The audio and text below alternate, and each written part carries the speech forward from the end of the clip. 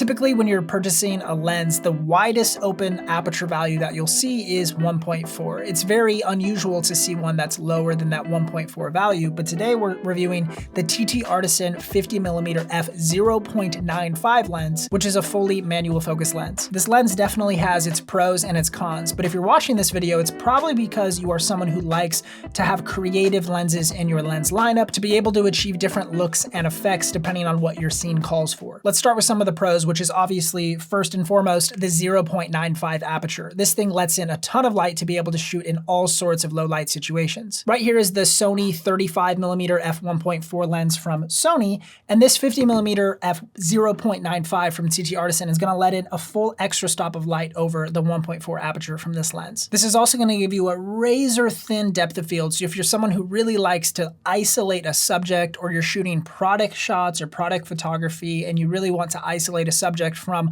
the foreground or the background, this 0.95 aperture does a really great job at doing that. TTArtisan brands this lens for people who are looking for a soft or dreamy type look in their images. Everything is very soft when you shoot wide open at 0.95 aperture, and because this is a manual focus only lens, it's pretty difficult to get that focus tack sharp on your subject. I have the Sony E-mount version of this lens, and a lot of these cameras have a built-in like image zoom to be able to dial in your focus when you're shooting in manual focus. So that does help quite a bit to make sure you're tack sharp at that 0.95 aperture. But even when you hit it right on, this lens is still very soft. So as far as image quality is concerned, if you're someone who's okay with that dreamy, soft sort of feel, which actually is pretty popular in 2024, people love that creative style look, especially for social media or music videos, this might be a good option for you. But if you're someone who needs tack sharp results and you're looking for a really sharp lens, at a lower aperture value, this lens is not the lens for you. One of the things you might be wondering is, Craig, I thought this is an APS-C lens. Why is it on the Sony A1? Well, when I got this lens, I also thought that it was an APS-C lens, and I think it technically is an APS-C lens, but it works totally on full frame cameras without any vignetting, and I don't know why this is the case. Here, I'll turn on the Sony A1 right now, and you can see this is the full frame mode. Edge to edge, the entire frame is being filled with pixels, right? There's no vignetting. And then I'll crop in right here. This is APS-C mode.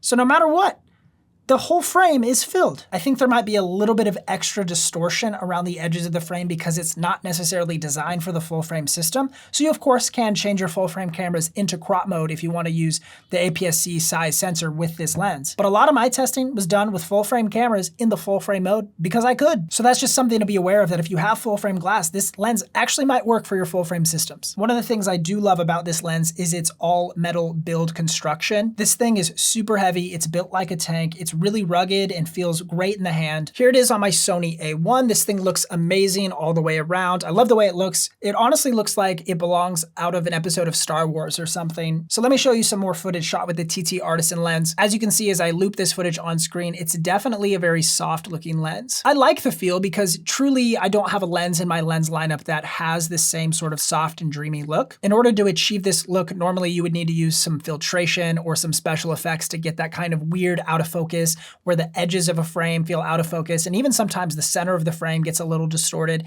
It's very difficult to achieve that effect in camera with these higher quality lenses that are around, $2,000 to purchase. So this lens that's only a couple $100s can achieve that effect pretty easily, but also lets in a ton of light to be able to work with that light in a variety of production environments. Overall, I'd say the image quality is just okay, but if you're someone who likes this effect, it could be a really beneficial lens for you to add to your production kit. As far as the way that I personally would use this lens, I would tend to gravitate towards using this only for creative video purposes, and maybe even using them in lower light situations to just get kind of like a dreamy, hazy effect. When I'm taking photos, I want my images to be tack sharp, and this lens does not provide that for me from the photography side. So I probably won't ever use this lens for photo capabilities, but if I am taking video and want to achieve that dreamy sort of feel, this is a great option in 2024. That's it for this review of the 50mm f0.95 lens from TTArtisan. I have a ton more lens reviews on this channel, as well as all sorts of tips about production and camera reviews.